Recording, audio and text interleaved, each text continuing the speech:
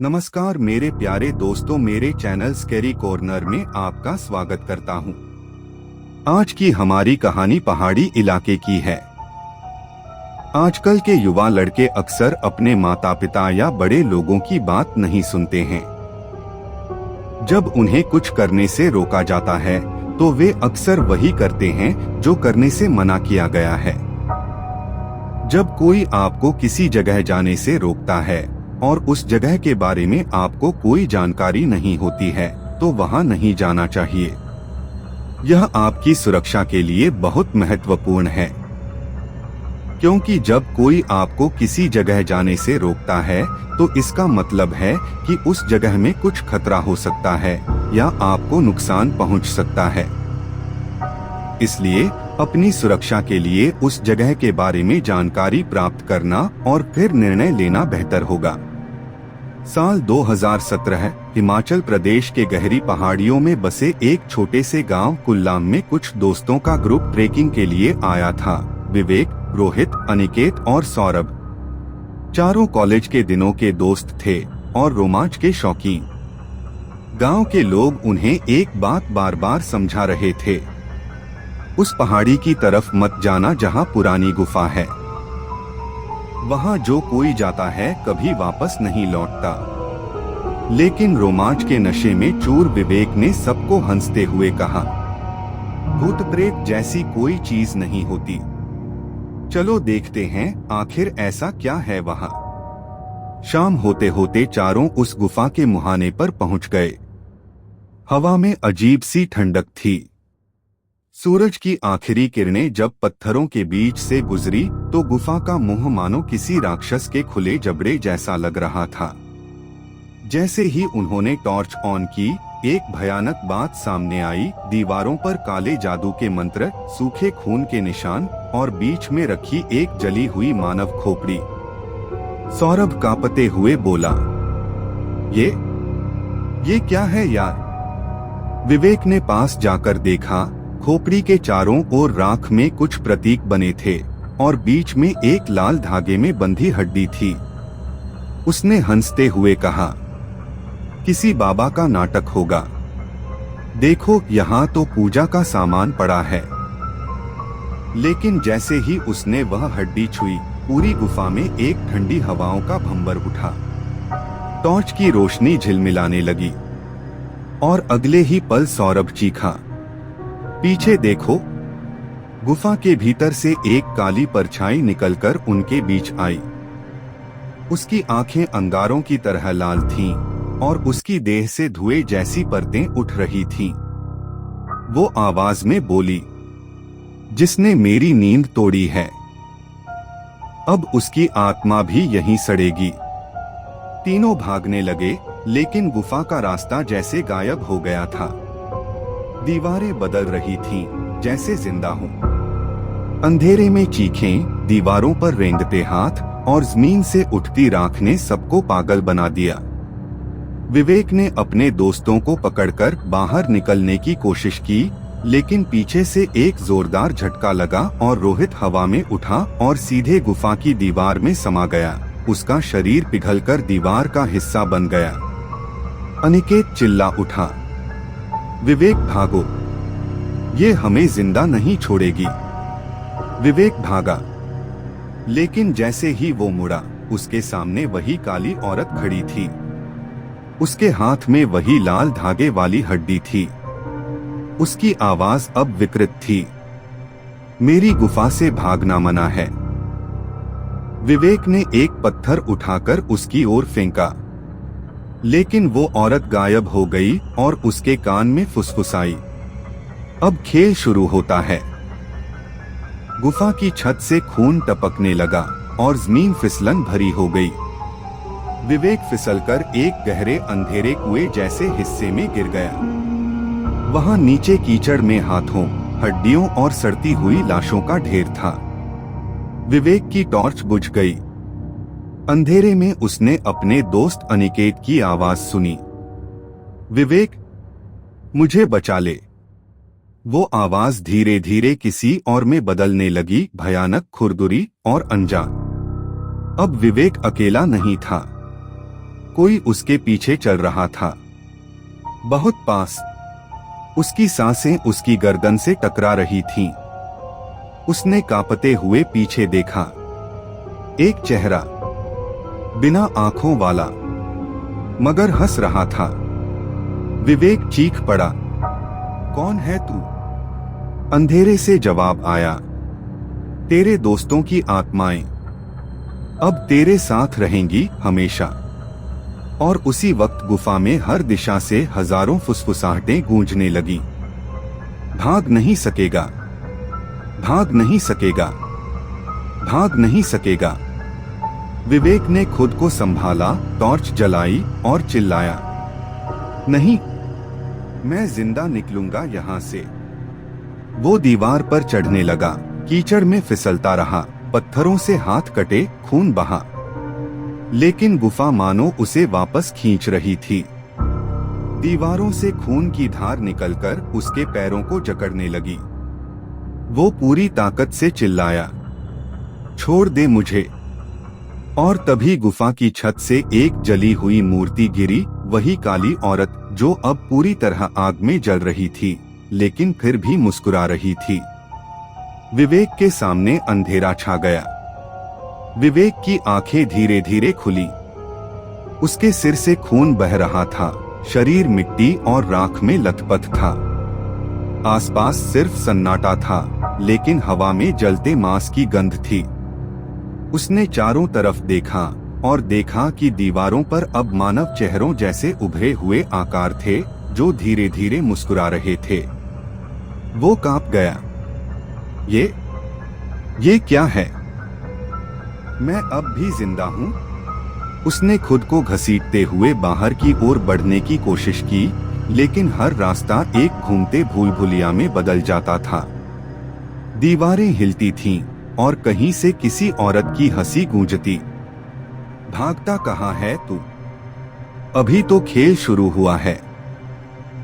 विवेक के पैरों के नीचे से अचानक एक कंकाल का हाथ निकला और उसके टखने को जकड़ लिया। उसने जोर से लात मारी, लेकिन हाथ उसे नीचे कीचड़ में खींचने लगा। वो चिल्लाया, मुझे छोड़ दे, मैं मरना नहीं चाहता। कई कोशिशों के बाद उसने खुद को छुड़ाया, लेकिन उसके पैरों पर जलन के निशान बन गए, मानो किसी ने गर्म लोहे से दाग दिया हो।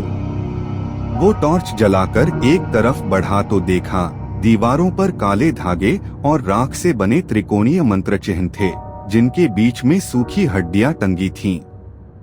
और उस चिन्ह के नीचे वही लाल धागे में लिपटी हड्डी थी जो उसने पहले छुई थी।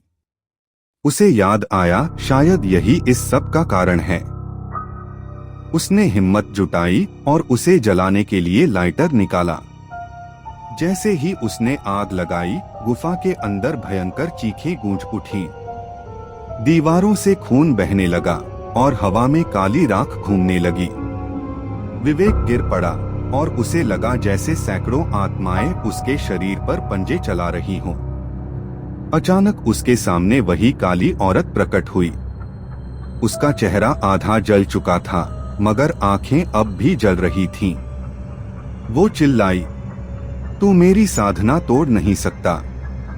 विवेक ने पत्थर उठाकर उस पर फेंका, पर वो गायब हो गई। अब उसकी आवाज हर तरफ से आने लगी, तू अगर जिंदा निकलना चाहता है तो मेरे साथ सौदा कर। विवेक चिल्लाया, तेरा सौदा मुझे नहीं चाहिए। अचानक उसके सामने उसके दोस्तों की आत्माएं खड़ी थीं, रोहित, अनिकेत और सौरभ। उनके चेहरे झुलसे हुए थे, आंखें बाहर निकली हुई। वो एक साथ बोले, हमने भी यही कहा था, अब तू भी यहीं रहेगा। विवेक पीछे हटता गया, तब उसे एक दरार दिखाई दी। गुफा के अंदर एक और गुप्त सुरंग थी। वो रेंगते हुए उस सुरंग में घुस गया। अंदर बहुत तंग रास्ता था। हर तरफ मकड़ी के जाले और दीवारों पर पुराने मंत्र लिखे थे, अघोर तंत्र साधना, जीवदान निषिद्ध। वो समझ गया, यहाँ काले जादू की साधना होती थी और जिसने भी इसे तोड़ा वो मर गया। उसने फिर कोशिश की, पहली बार रास्ता बंद हो गया। दूसरी बार उसके पीछे से कुछ उसे पकड़ने लगा। तीसरी बार उसने आंखें बंद की, पूरी ताकत लगाई और बाहर की तरफ धक्का मारा। एक तेज रोशनी की चमक के साथ वो बाहर गिर पड़ा। बाहर ठंडी हवा थी और आसमान में भोर की पहली किरणें। वो जमीन पर लेटा हुआ था, घायल, खून से लथपथ, मगर जिंदा। उसने पीछे देखा, गुफा का मुंह अब बंद हो चुका था, जैसे कभी अस्तित्व में ही न रही हो। वो बुरी तरह कांप रहा था, उसकी सांसें तेज थीं।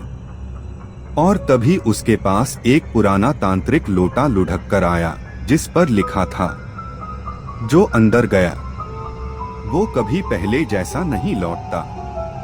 विवेक समझ गया, वो बच तो गया है, लेकिन गुफा का अंश अब उसके भीतर है। उसकी आंखें लाल चमक उठीं और दूर पहाड़ों में वही औरत की हंसी फिर गूंजी। तू निकला नहीं, मैं तेरे अंदर जिंदा हूं। विवेक किसी तरह पहाड़ से नीचे उतरा। उसका शरीर लहूलुहान था, कपड़े फटे हुए थे और चेहरा राख से सना हुआ। सूरज की किरणें उसकी आंखों में पड़ी, मगर उसे अब भी ऐसा लग रहा था जैसे अंधेरा उसके पीछे पीछे चल रहा हो। वो हांफता हुआ सड़क पर पहुंचा और किसी तरह एक गुजरती ट्रक को रोका। ड्राइवर ने उसे देखा तो सहम गया।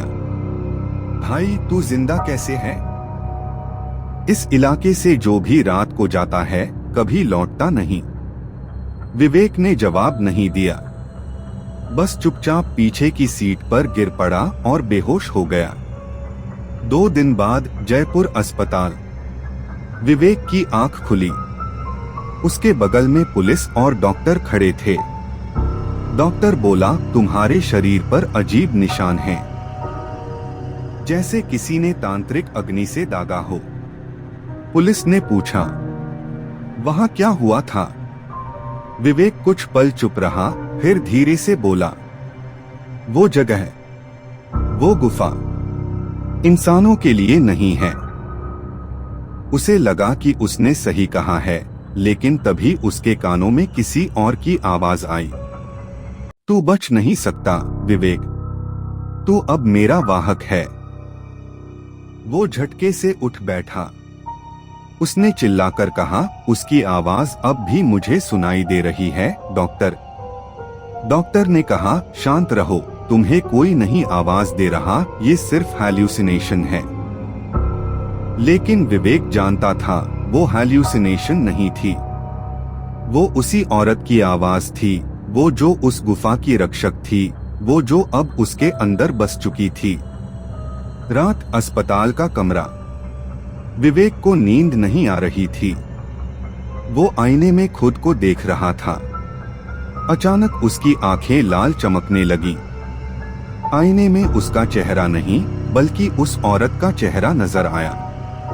वो मुस्कुरा रही थी। कहा था न, अब तू मेरा है। विवेक डर से पीछे हटा। उसने कमरे की खिड़की तोड़कर भागने की कोशिश की, लेकिन तभी उसका हाथ खुद ब खुद मंत्र की मुद्रा में मुड़ गया। वो समझ गया, वो अब भी उसके जादू के प्रभाव में है। वो भागा, सड़कों से, गलियों से, शहर से बाहर। उसे याद था, अगर किसी भी तरह उसे उस गुफा के मंत्र स्थल को फिर से नष्ट कर दे तो शायद वो मुक्त हो जाएगा। 3 दिन बाद वही पहाड़ी इलाका। विवेक फिर लौटा, पर इस बार उसके अंदर डर नहीं, जिद थी। वो उस जगह पहुंचा जहां गुफा थी, लेकिन अब वहां सिर्फ राख और सूखी हड्डियां थीं। वो घुटनों के बल गिर गया और जोर से चिल्लाया, तू सुन ले, चाहे मैं जल जाऊं, पर अब मैं तेरे वश में नहीं रहूंगा। उसने जेब से तेल की बोतल निकाली और जमीन पर पड़े काले मंत्रों के चिन्हों पर उंडेल दिया। फिर उसने माचिस जलाई। आग भड़क उठी। हवा में हजारों आत्माओं की चीखें गूंज उठीं। वो औरत फिर सामने आई, राख और धुएं के बीच से। अगर मुझे खत्म करेगा तो तू भी साथ जलेगा। विवेक ने आंखें बंद की, चिल्लाया, मुझे मेरी परवाह नहीं, लेकिन तेरा खेल आज खत्म करके रहूंगा। वो आग में कूद गया। सारी गुफा धधक उठी। धुएं में उसकी चीखें और उस औरत की हंसी मिलकर एक साथ गूंजने लगी। अगली सुबह पुलिस ने पहाड़ी पर सिर्फ एक जलता हुआ तांत्रिक लोटा और पास में एक राख से ढकी चेन पाई, जिस पर बी लिखा था। गुफा का कोई निशान नहीं था। लोग कहते हैं कभी कभी रात में उस पहाड़ी से किसी आदमी की आवाज आती है। मैं जिंदा हूं। मैंने खुद को आजाद किया। और साथ ही दूर कहीं औरत की वही धीमी हंसी। नहीं विवेक, अब हम दोनों एक हैं। आशा करता हूं कि आपको यह कहानी पसंद आई होगी। मैं तहे दिल से शुक्रिया अदा करना चाहूंगा कुमारी स्वाति पाल जी का, जो कि हमारी हर कहानी पर अपनी मूल्यवान प्रतिक्रिया देती है। आपका बहुत बहुत आभार। और मेरे सभी सदस्यों का धन्यवाद जो अपना कीमती समय निकालकर कहानी सुनते हैं। मिलते हैं अगली कहानी पर। गणपति बाप्पा मोरया।